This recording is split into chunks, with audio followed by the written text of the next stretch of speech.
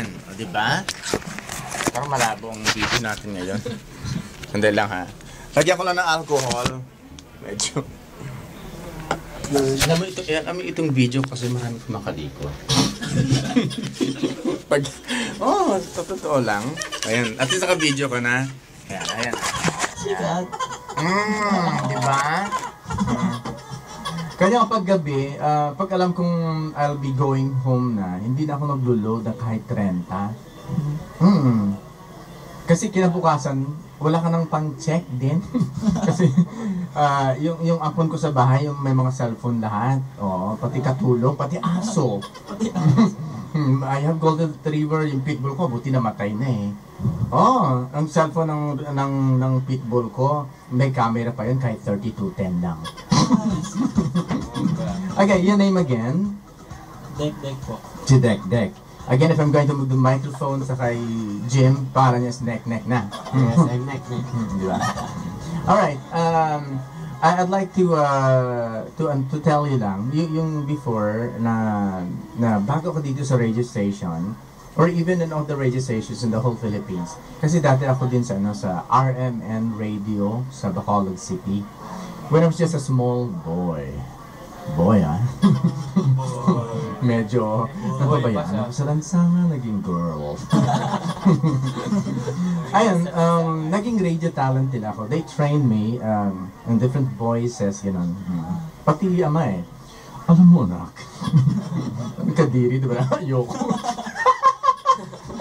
Hindi ko kaya. Hindi kaya? Itay, ayoko na doon kasi pinapalo po nila ako. Di ba? Ayun naman, sa totoo lang. Pangit ko talaga noon. Pero, matanda na ako, kumanda ako. Yun. Naalala ko, di ba you were saying kanina, this is your third time kay Oja. Alam mo dito sa DWOK-FM, sa Subic Broadcasting, alam bang radio caller lang nila ako sa AM before? Radio caller? Yung... parang ito, may caller tayo later, Ang ano pa noon, yung announcer pa noon, guwapo siya na magandang boses. Parang ngayon kami. Di ba? Parang papalit na kaya. Ang boses niya nun si, nakalimutan kong DJ sa AM FM. Our time WGOAM is 5 minutes before 8 o'clock in the morning. Well, ganun. Tapos naging caller niya ako. Na-sense niya sa phone. Sabi niya, alam mo yung voice mo may echo. Ay, parang tambiolo. parang dambana ako pala. Ngayon, sabi niya, if you have time, pasyal ka dito. Before naman talaga ako nandito, nanggaling na ako din sa DZOR dito sa may tulay dito. Alam yung dyan ngayon? Yung restaurant dyan ngayon sa may tulay? Yung... Pampanga. Hindi, yung kainan ditong bago.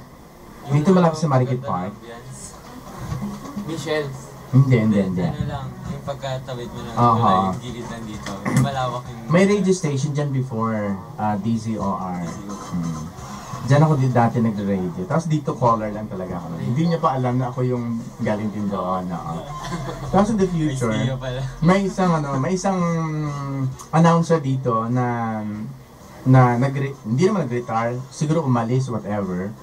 Pumunta na ng States of Calamity. Ngayon, inisip ko mag-apply. Nag-apply ako. Alam mo yung ko dati, yung belt ko. Uso kasi yun noon eh. Yung panyo na scarf. Badoy, di ba? Tapos yung bag ko. Alam mo yung sa Baguio City na yung ratan. parang dala-dala mo yung bukupuan. Yun ang mga before ka dito. Tapos, introduction nila ako kay Mayor. Kaya paglabas niya, okay yan bading na Inglesera sa AM.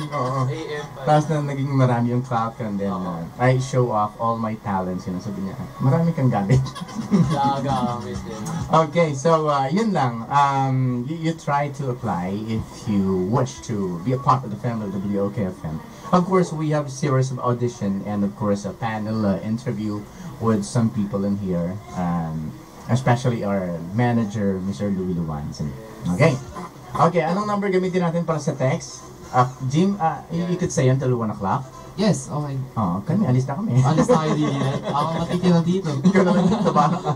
Bahala na ako. Okay, ito yung text number. Okay, mga listeners dyan, text me na lang dito sa number ko, 0910-844-8637. Alright, that's the for number. datings na rin, di ba? Yeah, okay. So, anong course ni Dek? Anong course mo? Communication po. Communication. Arts. Communication Arts, okay. After nun, anong trabaho mo nun? Pwede ka rin sa radio station. Siguro din, pwede rin po. Iba yung sa ano, iba yung communication sa engineering, iba naman yun. Apo. Hindi kasi meron sa ano, radio, communication, GRCO. Parang ganun yun sa kanila. Oo, okay. Iba pa po yun. Communication arts naman sa iyo. Apo. Arts, you mean yung pen touch, pen, whatever. Yeah, hindi nga ganun nga. Apo. Pag ganun, architecture, malapit-lapit doon. Ay, hindi po. Malapit. Actually, yung course namin para lang po related sa mass communication. Okay. Kasi nabago lang yung curriculum kaya naging communication arts. Marami nang bago ngayon, ano? Meron na rin ngayon mga 3 months vulcanizing. Mechanical, marami na, no? May iba na yung kurso ngayon. Alam mo kung bakit nagkakaroon ng mga bagong curriculum? Because it's business. Naisip niyo ba yan? Because it's business. Kung tutusin yung mga ganyan-ganyan, pwede ipaload na lang dun sa mass communication. Di ba? Ngayon yung marketing natin, separate na ngayon. Dati ano lang yan eh. Bachelor of Science in Business Administration major and Tubaru Ek on. Ngayon iba na. Okay. Anyway, that is the discretion. Do you have some greetings to go? Or you wanna go? Go ahead. Okay. May mga friend ka ba nakikinig sa iyo? May nagmamahal, whatever? Good. Sana po nakikinig yung LH. Yan. Mga LH ko. Hindi mo na sabihin yung girlfriend ng Puro Hilda dyan. Hello! Hindi po, yung grupo namin, Laborx yan. Tsaka yung okay. Noah's Art Band, yan. Bati ko na kayo Noah's Art Band, nag-play na rin ba kayo dun before sa Millennium? Hindi pa? Hindi pa po. Kasi parang narinig ko na rin kayo eh. Iba pala yung Noah's Ark. Iba yung pa mismong po. barko, iba yun. May before po meron na Okay. pong nung Noah's Art Band na binuo na lang ulit namin yan. Oo nga. Yan ba ay, if I'm not mistaken, sa Gordon Heights? Iba? Iba pa po yata. Iba? Kurso din, parang iba-iba. Okay. Alright, sige. Sino pang gigreet mo? Si Jeng, yun. Girlfriend ko. Nakikinigin ngayon. Yun na yun. Nabati na kita Bakit ba nung during the time na in love tayo sa girlfriend natin, girlfriend nyo lang, sa boyfriend natin, whatever, napakasarap ng greetings natin minsan. Di ba? Pero pag dumating na nag-aaway na kayo, parang halos mo siya patayin, kasuklaman, whatever. Yan sinasabi ko palagi eh. Alam mo kapag buo ang pagmamahal mo sa tao, at may pagmamahal ka, at iniisip mo may pagmamahal, at alam mo magmahal ang gusto. Di ba? Yes. Yung bang hindi mo ma-tame na saktan siya, even sa salita, sa isip, lahat-lahat. Parang di ba, girlfriend mo siya ngayon. Kahit kasalanan niya, pagtatanggol mo siya sa magulang mo. Di ba?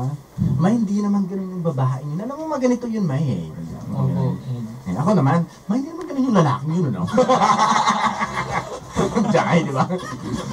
Okay, so thank you so much sa iyo, Dek. Okay, greetings, boy. Sige, mahaba yan. May dala po akong papel. Before I'll go for my commercials. Saglit lang po ito, mabilisan. Hi sa family ko, hi nanay, tatay, sa mga kuya ko, sa kapitbahay namin na lumipat na. Happy birthday kay Ate Vera. Classmates at tropa ko, SB1, SB2. Abby, Regina, Jean, Joseph, Hubert, McLean, Eugene, Ethel, Lorena, Beverly, Mary Ann, Ate Shelly, Jem.